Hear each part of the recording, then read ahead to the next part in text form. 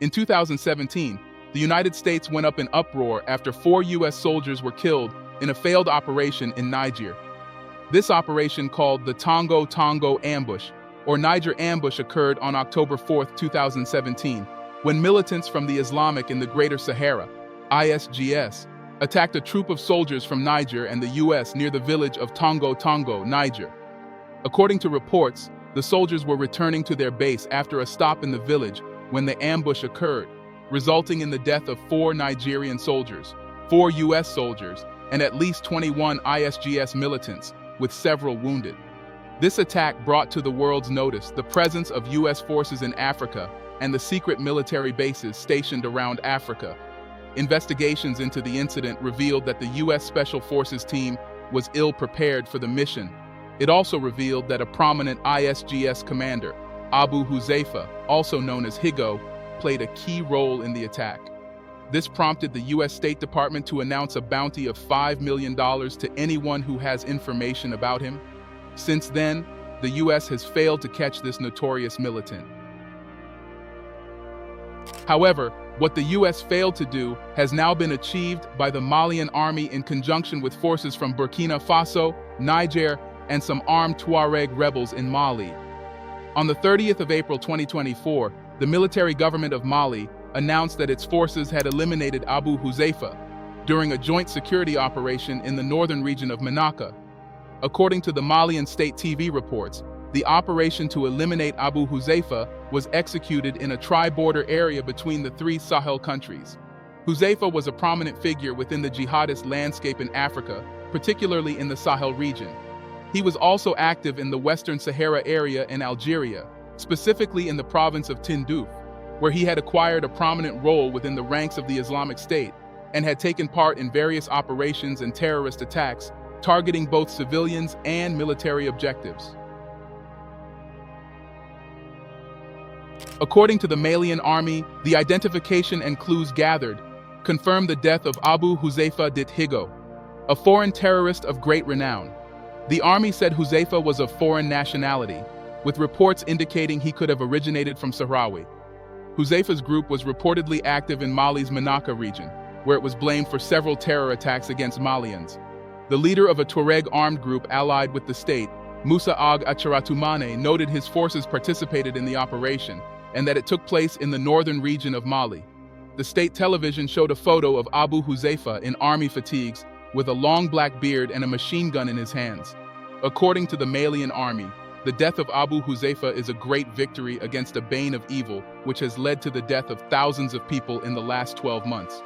And this victory was achieved not by any foreign military, but by the joint forces of Mali, Niger, Burkina Faso, and an armed Tuareg group. Recall that in December 2023, Niger, Mali, and Burkina Faso, under their recent formation of the Alliance of Sahel States, AES, announced the creation of a joint military force that would counter spiraling security challenges posed by terrorist groups. According to Niger's Chief of Staff, General Musa Salahu Barmou, the joint force will be operational as soon as possible to take up the security challenges in the 3 territories, in particular the armed terror groups. We are convinced that with the combined efforts of our 3 countries, we will succeed in creating the conditions for shared security, an objective at the heart of the concerns of our states and our valiant populations in search of peace and stability, he said. And now, with the help of this joint force, the Sahel, and not just Mali, has scored a great victory. Since the news was announced, there has been widespread jubilation, especially on social media, with Malians praising the regional troops for finding a headway where the Western forces had failed.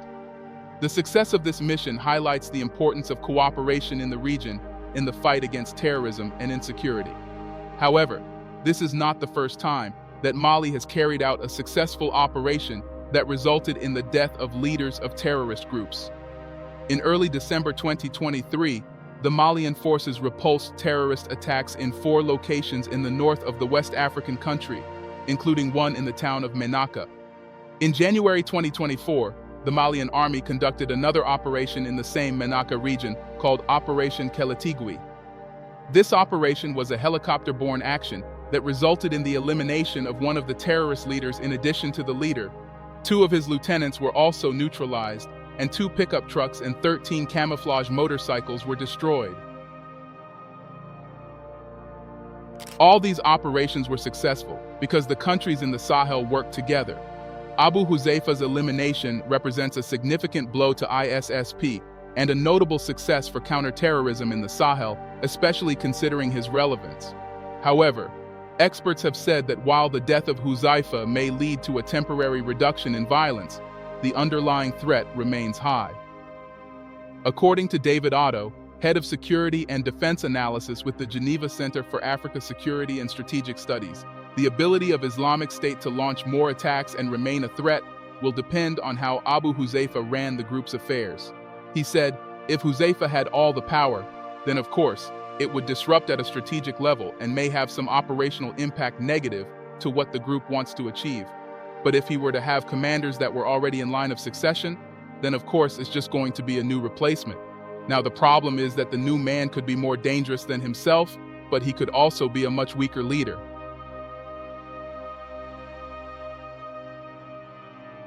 This simply means that while the victory is symbolic and will boost the morale of the soldiers, it is important that the joint forces should still be alert and ready to carry out more security operations in the region.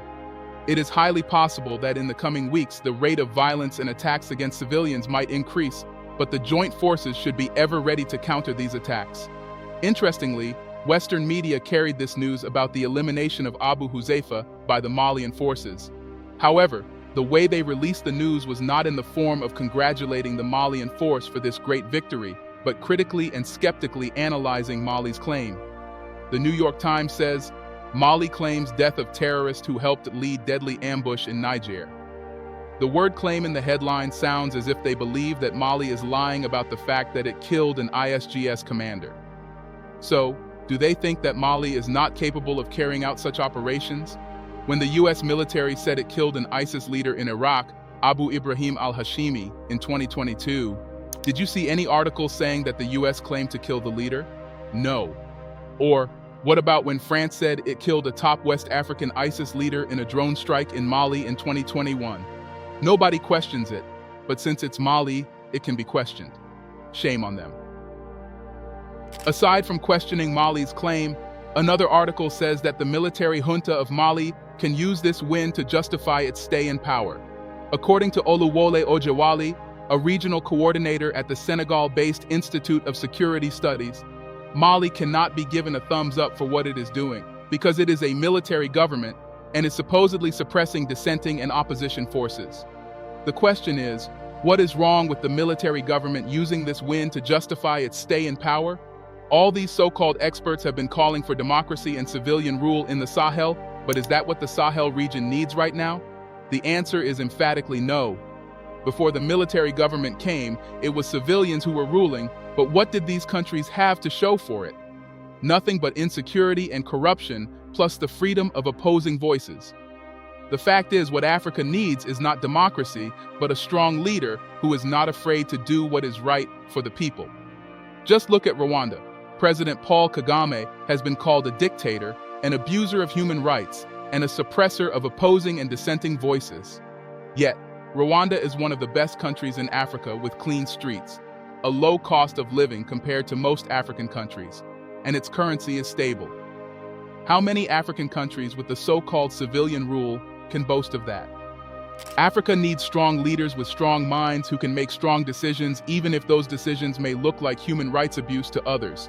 And the interesting thing is, contrary to what the West thinks Africa is, at a stage where its citizens do not care whether the leader is democratic or military. What the people truly need is a leader, even if it's a military one, who is passionate and ready to protect African interests. What are your thoughts? Let us know in the comments section below. Don't forget to like, subscribe, and share this video.